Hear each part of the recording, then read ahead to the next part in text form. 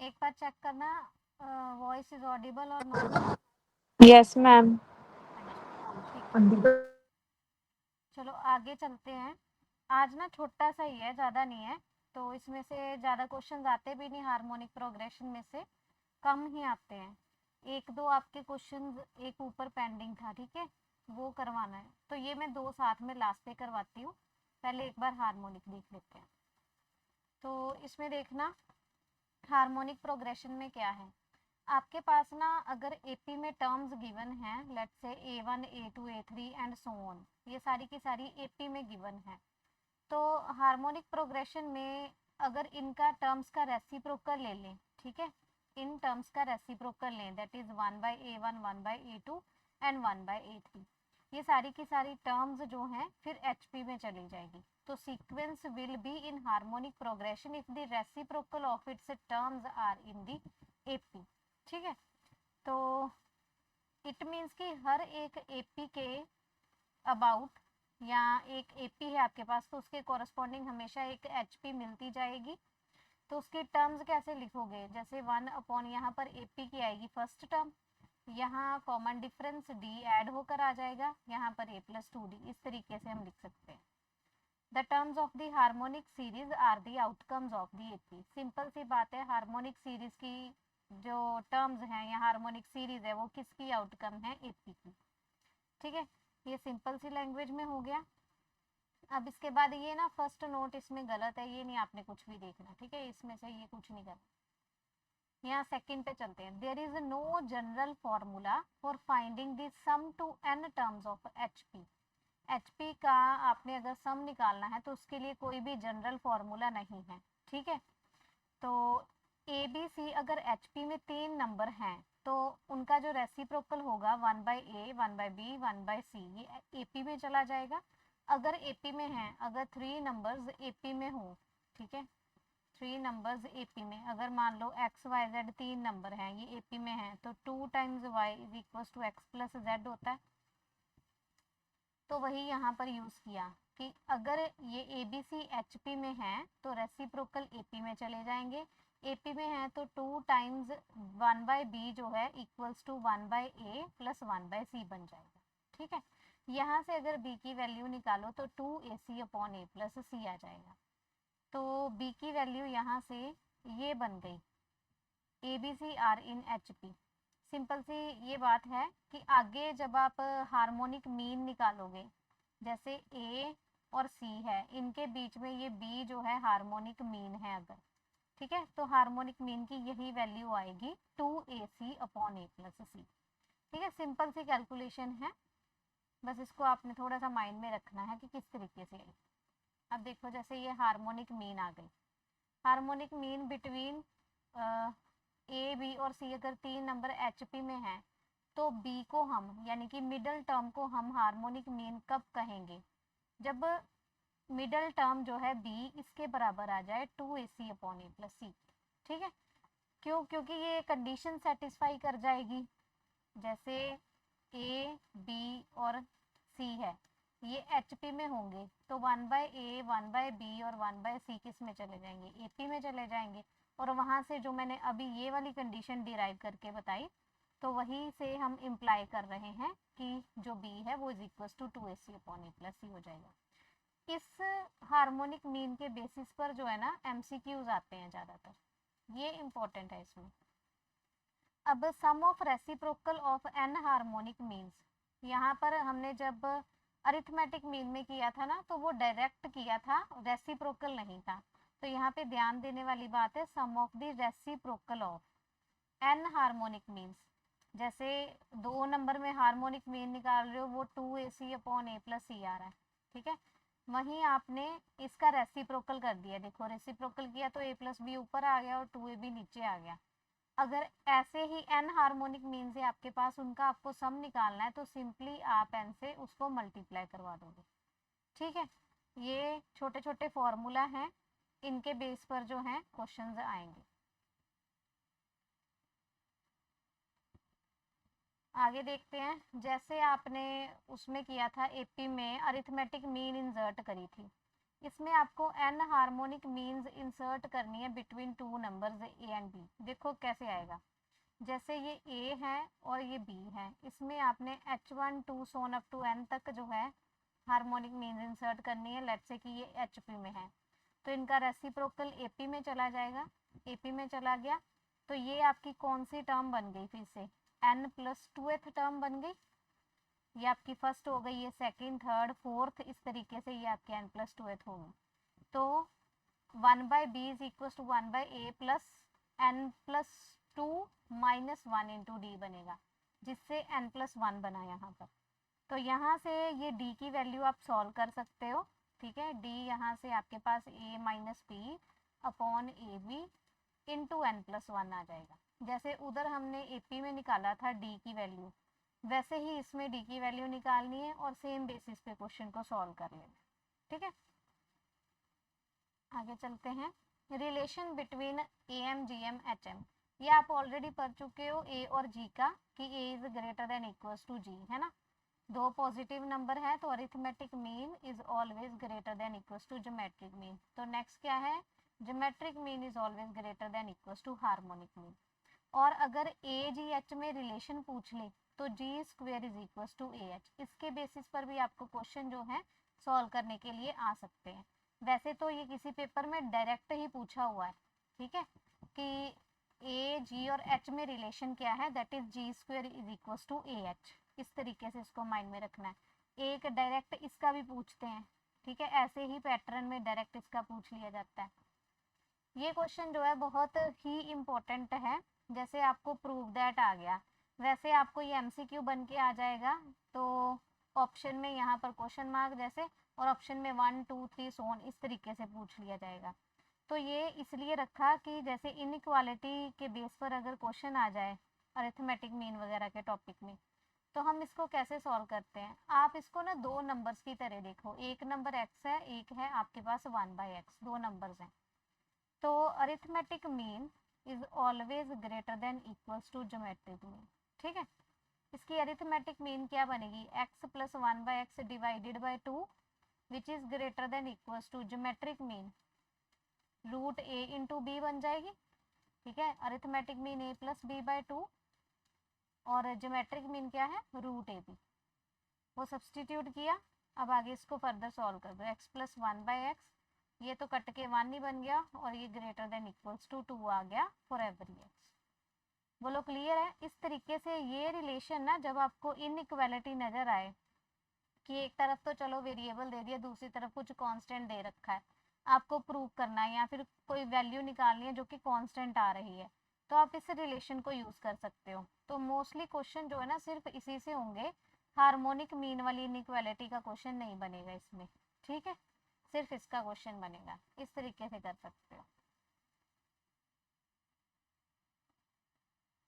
अब आप ये सॉल्व करो, कैसे कर सकते हो। H is the harmonic mean between A and B। h/a plus h/b की वैल्यू निकालनी है कि क्या आएगी।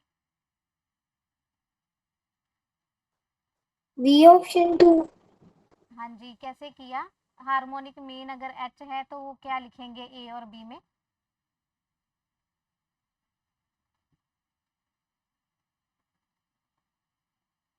Now by using the relation a plus b upon 2a plus 2ab means converting in AP and then applying this formula.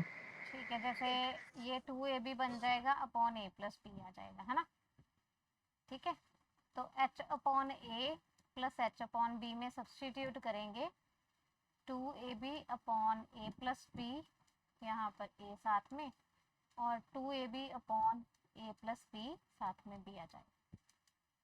तो यहाँ से ये तो गया, ये भी गया, यहाँ से 2 कॉमन आएगा, और b upon a plus b और a upon a plus b, ठीक है। ये तो एलसीएम लोगे सेम ही बन जाएगा, कट के 1 आ गया, दैट इज 2 इंटू 1 यानी कि 2 आ गया, ऑप्शन बी हो गया, ठीक है। मीन्स आपको सिर्फ एक छोटे से फॉर्मूले ने एक MCQ करवा दिया। इस तरीके से वो ना, ये यहाँ पर कुछ भी, इस पोर्शन में कुछ भी चेंज करके आपको दे सकता है। h की वैल्यू आपको जस्ट सब्सटीट्यूट करनी है, देन सॉल्व कर लेना, अब जैसे ये है, कहता है एक्स वाई जेड, ये तीनों नंबर जो क्या हैं जीपी में हैं, तो इस एक्सप्रेशन का बताना है कि ये किस में होंगे। इसका मैं आपको एक हिंट दे देती हूँ।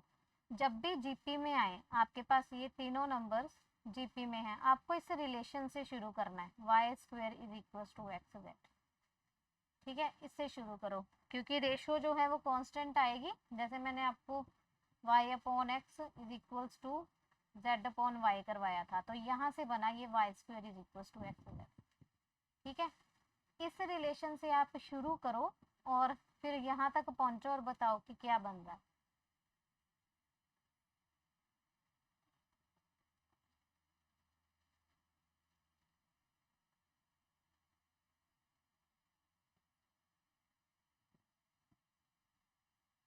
आप तक आवाज कम तो नहीं आ रही? ये ऑप्शन इन एचपी।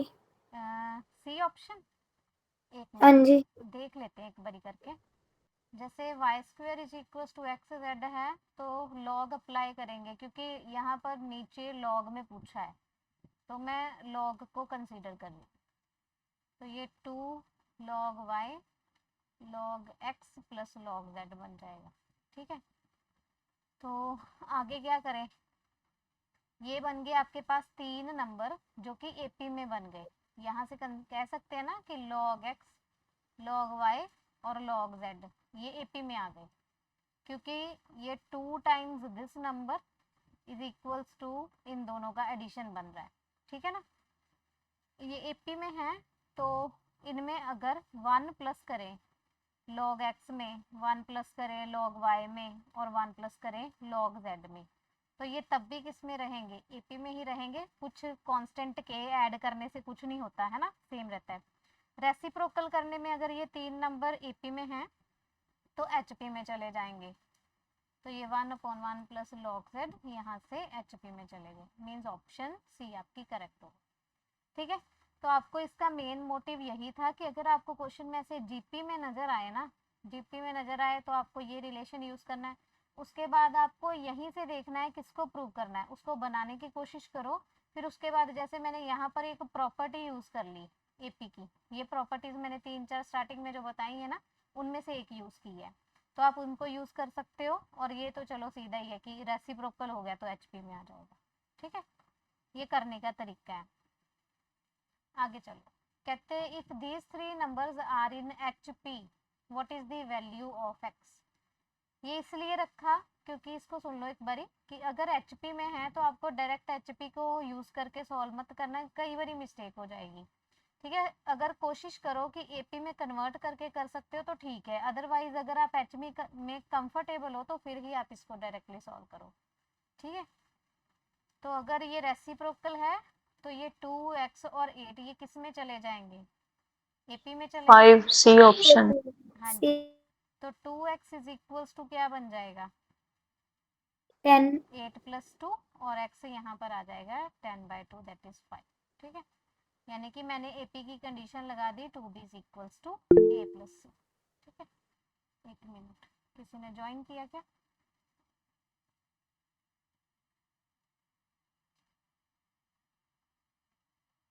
चलो आगे चलो, ये करना है।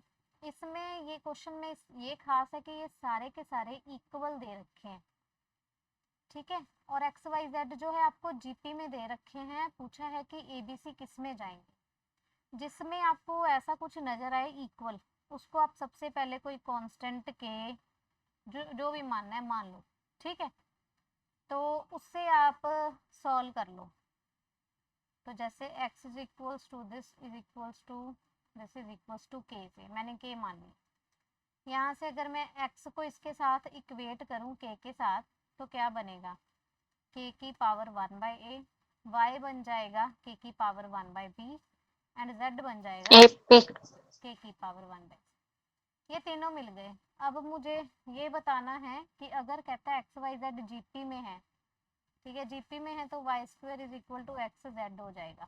ठीक है, और ए बी सी बताने हैं कि किस में आएंगे, तो इसको मैं इधर यूज कर रही हूँ के की पावर 1/b की स्क्वायर, के की पावर 1/a और के की पावर 1/c। तो यहाँ से k की पावर 2/b इक्वल्स टू, ये बेस सेम है तो पावर्स ऐड हो जाएंगी, तो क्योंकि बेस इक्वल है तो पावर्स इक्वल कर सकते हैं, तो 2/b is equals to 1/a plus 1/c। तो ये किसकी कंडीशन आई है आपके पास?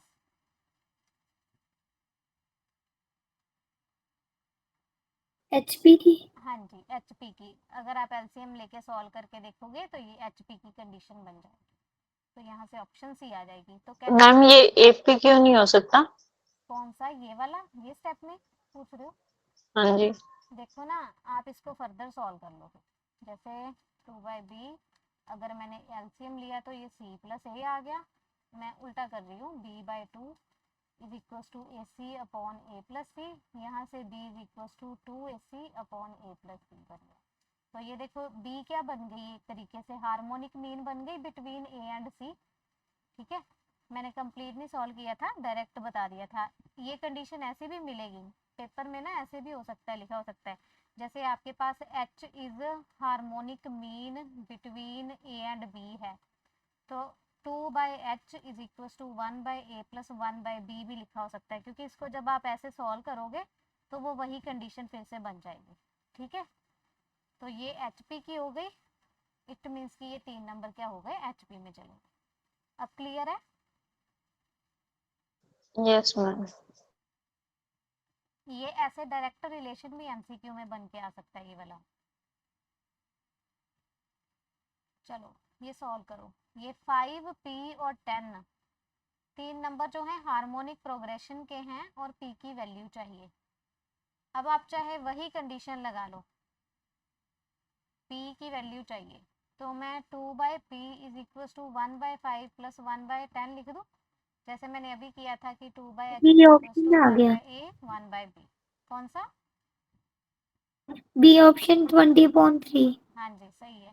ठीक है, तो यहाँ से बस आप इसको सॉल्व कर लो।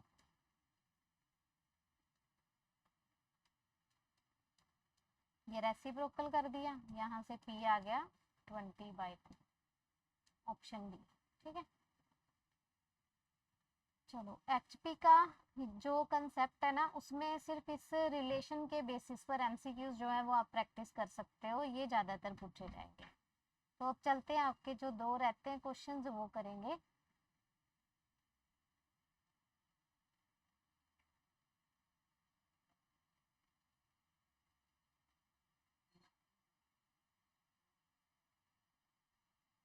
एक मिनट रुकना जरा।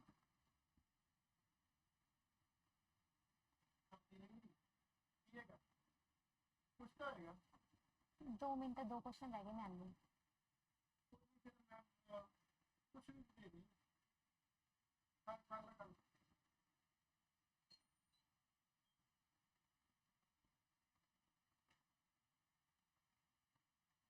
चलो आगे चलते हैं। जैसे ये आपको मैंने बताई थी कि कभी कभार नहीं पता चलता, जैसे ये टर्म्स देख रहे हैं, कभी देखने पे लगेगा AP में, कभी लगेगा GP में, कि इल्यूजन सी होएगी। ठीक है, लेकिन जब आप इनका डिफरेंस देखोगे, जैसे इनका डिफरेंस निकाला 2 आ गया, इनका निकालोगे क्या आएगा, 4 आ गया, इनका निकाला तो ये क्या आया, 6 आ गया। ठीक है, ऐसे आ रहा है। तो ये जो डिफरेंस वाली अगर सीरीज बन रही है, ये किस में बन रही है आपकी, AP में। AP। ठीक है, AP में बन रही है। ऐसे सीक्वेंस जिसका डिफरेंस निकाल के देखो और वो AP में बन रही हो, उसको अब हम कैसे सॉल्व करेंगे? उसको सॉल्व करने का ये तरीका है, आपने एक बार ये सीक्वेंस लिखनी है, अप टू n टर्म्स बोला है ना, तो मैं AN लिख रही हूँ। ठीक है, ये फर्स्ट स्टेप ध्यान से समझना। दूसरी बार यही सीक्वेंस लिखनी है, लेकिन एक स्पेस छोड़ के आगे। क्यों लिख रहे हैं, ये आपको अभी दिखेगा कि हम लोगों ने जो पहले डिफरेंस निकाला था वो है, जैसे 7 में से 5 किया -2 आ रहा था, यहाँ से किया। ठीक है, ये डिफरेंस क्रिएट कर रहे थे, तो ये 4 और 6 दिखाएगा। तो इस तरीके से पहले इनको लिख लेना है। ये हो गया। अब आपके पास जो है, इनको अगर आप सब्ट्रैक्ट करते हो क्या बनेगा, s माइनस एस तो 0 आ गया, ये 5 एज इट इज आएगा, यहाँ पर 2 4 6 एंड सोन अप टू ये an माइनस 1 आ जाएगा। ठीक है, इसको लास्ट को छोड़ दो, ये an अलग लिख दो, ये फर्स्ट अलग लिख दी, लास्ट अलग लिख दी, ये बीच वाली। अब ये बताओ ये कितनी टर्म्स हैं, ये आपने बताना है। चेक करो ये कितनी नंबर ऑफ टर्म्स बन रही हैं। ये क्या n टर्म्स हैं या n माइनस 1 टर्म्स हैं?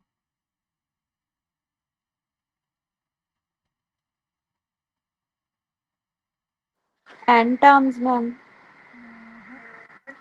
देखो ये स्टार्टिंग में ना 7, 11, 17 यहाँ तक, इसमें से मैंने ये एक टर्म निकाल दी, 5 बाहर निकाल दिया, ये आपके पास n माइनस 1 टर्म्स बची।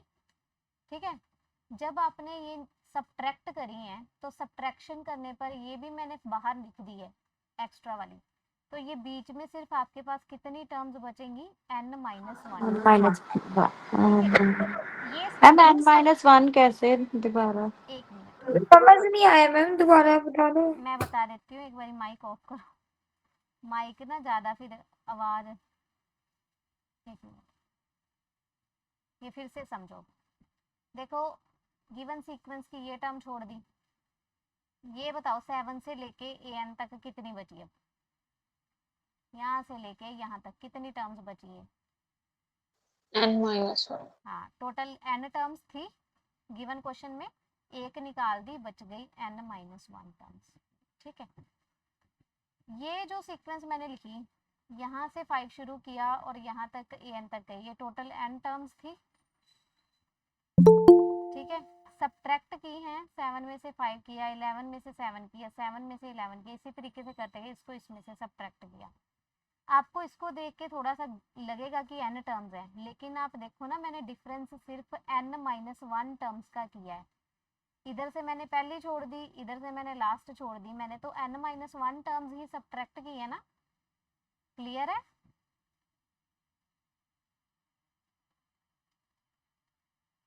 बोलो एक बार, क्या क्लियर है कि नहीं? फिर से रिपीट करना पड़ेगा। एक मैम ये लास्ट में an लगाया, ये माइनस का, इसके हिसाब से तो माइनस का आना चाहिए फिर लास्ट टाइम अच्छा में। ये वाला, एक मिनट, ये मैंने सब्ट्रैक्ट किया ना, इस यहाँ पर आ जाएगा, एक मिनट, ये कह रहे हो ना? Yes ma'am. हाँ ये मिस्टेक थी, बाकी ठीक है। तो आपको ये n माइनस 1 टर्म्स का पता चला कि इसमें से स्टार्टिंग वाली छोड़ दी, इसमें से एंड वाली छोड़ दी, माइनस तो मैंने n माइनस 1 नहीं की ना आपस में, तो इसलिए ये क्या बन गई, ये बन गई AP with n minus 1 terms. ठीक है, तो अब इसको सॉल्व करना है, तो ये 0, ये an उस साइड ले जाऊं पहले 0 के पास। ठीक है, तो ये ऐड हो जाएगा उधर जाके,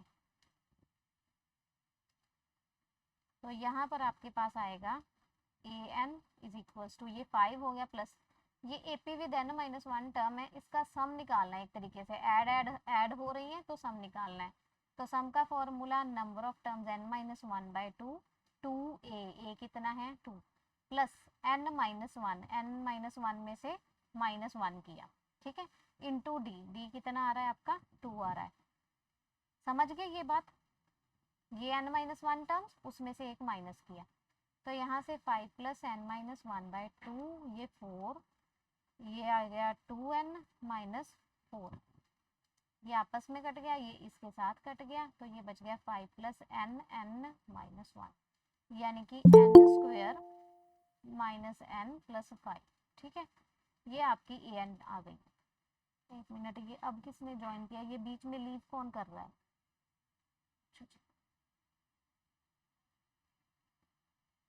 ठीक है, ये an आपका आ गया।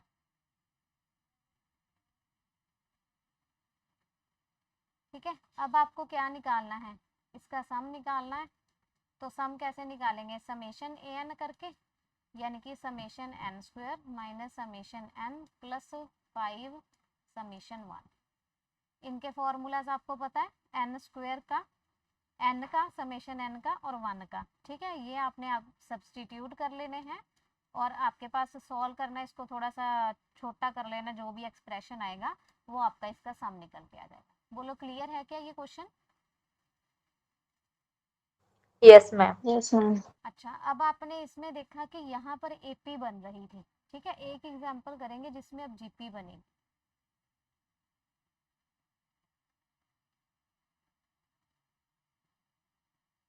जैसे ये है, ठीक है। अब आप देखो ये एपी भी है साथ में और इसमें ये जीपी की टर्म्स भी है साथ में, ठीक है। तो इसको ऐसे ले लिया, ये कल करवाया हुआ है, बस इसमें वो छोटा सा कंसेप्ट रिपीट करने के लिए आज फिर से एक क्वेश्चन उठाया उसका, ये फिर से लिख दी मैंने। अब क्या करना था, सेकंड हमने कॉमन रेशो के साथ मल्टीप्लाई करना था। कॉमन रेशो 2 आ जाएगी तो 2s आ जाएगा, यहाँ पर 2 का स्क्वायर बन जाएगा।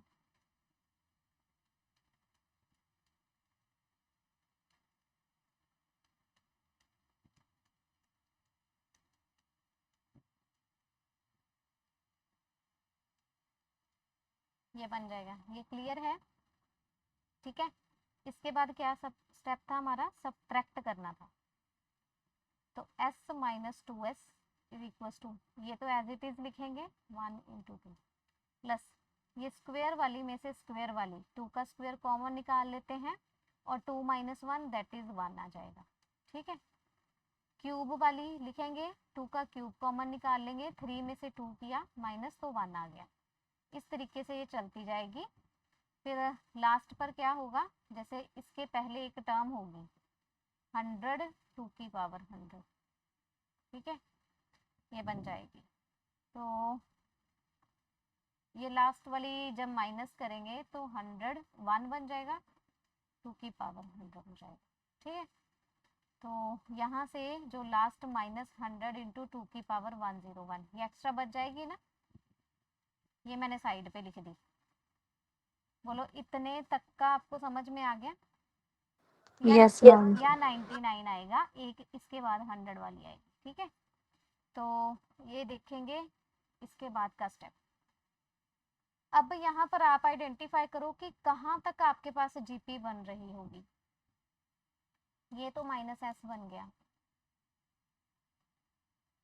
मुझे इतना पार्ट मैंने माइनस किया है, ये मैंने उसकी फर्स्ट वाली बाहर रख दी, ये मैंने लास्ट वाली बाहर रख दी। तो ये अब फिर से कितनी टर्म्स बन गई, n minus 1 terms with GP, ये जीपी की n माइनस 1 टर्म्स बन गई। तो यहाँ पर तो 2 आ गया, तो जीपी का फॉर्मूला है 2 स्क्वायर 2 क्यूब 2 की पावर 100 की जीपी बन रही है। तो क्या आएगा, फर्स्ट टर्म 2 की पावर n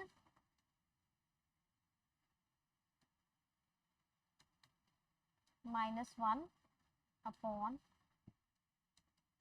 एक मिनट मुझे ये ना चेक करने देना, एक सेकेंड।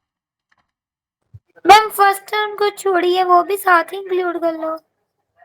एक मिनट रुकना, n माइनस 1 2 स्क्वायर है यहाँ पर ना कॉमन रेशो, हाँ एक मिनट ये मिस्टेक है। ये मुझे ना एक बार कितनी टर्म्स है ये बताना। ये आप कह रहे हो कि फर्स्ट को इंक्लूड कर लो, ये ना क्यों नहीं कर रहे ये मैं आपको बता देती हूँ एक बार। देखो मैंने सब्ट्रैक्शन यहाँ से स्टार्ट की है, ठीक है, यहाँ से स्टार्ट की है, एक कम टर्म तक लेके चल रही हूँ, ठीक। तो मुझे यहाँ पर ना एक कम टर्म तक की ही जीपी बनानी है, जैसे यहाँ पर किया था वो प्रीवियस क्वेश्चन में, ठीक है, अब इतना ऊपर नहीं जाना। तो इसको मैंने सेपरेट रख दिया, इसको मैंने सेपरेट रख दिया, क्योंकि हम माइनस किसको कर रहे हैं, n माइनस 1 टर्म्स को माइनस कर रहे हैं आपस में से। तो मुझे उसी को कंसीडर करना, उसी का पैटर्न देखना है कि वो क्या बन रही है, इसलिए मुझे फर्स्ट और लास्ट स्किप करनी पड़ेगी टर्म। तो ये n minus 1 terms with GP बन जाएगी। तो कितनी टर्म्स आएंगी, ये 2 से पावर स्टार्ट हो रही है 3, फिर 4 सोन अप टू 100 तक जा रही है, n माइनस 1 यानी कि यहाँ पर 99 टर्म्स बन जाएंगी, 99 टर्म्स, जिसकी कॉमन रेशो क्या आ रही है इसमें 2 आ रही है। बोलो ये क्लियर है 99 टर्म्स कैसे आ रही है? Yes ma'am. ठीक है, तो यहाँ पर first term common ratio power 99 minus 1 upon 2 minus 1 आ जाएगा, और साथ में 100 इंटू 2 की पावर 101 आ जाएगा।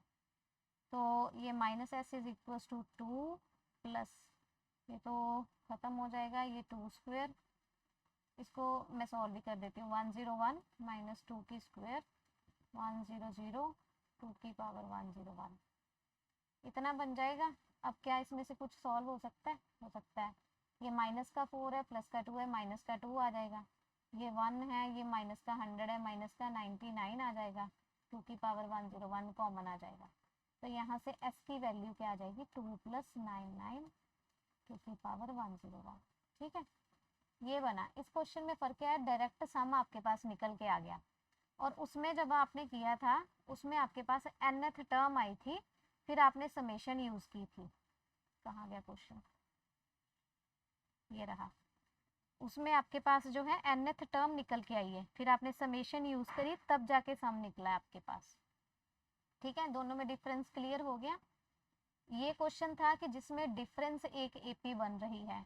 ठीक है, जो लास्ट वाला अभी किया उसमें जो डिफरेंस था वो क्या बन रही थी? एक जीपी बन रही थी।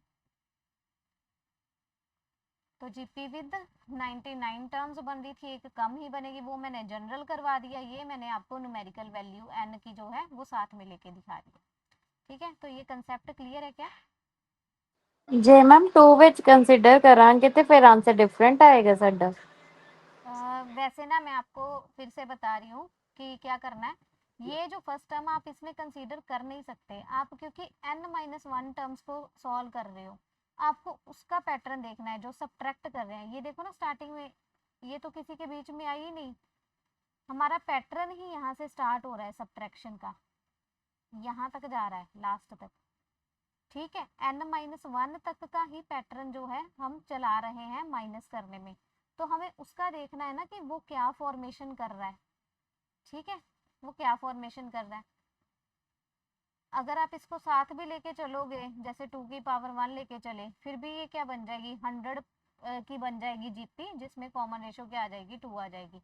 आपका आंसर तो फिर भी सेम ही आ जाएगा।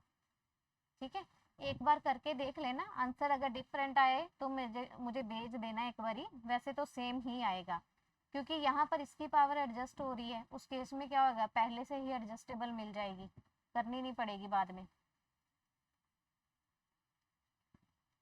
उसमें यहाँ पर 2 आ जाएगा, यहाँ पर 2 की पावर 100 आ जाएगी। ठीक है, तो वो फिर से आपके पास वैसे ही बन जाएगा, जब फुल कैलकुलेशन करोगे वैसा ही मिल जाएगा। तो ये ठीक है, एक बार ना आप अपने हाथ से कैलकुलेशन करके देखना, हो सकता है कहीं प्रॉब्लम आपको दिखे।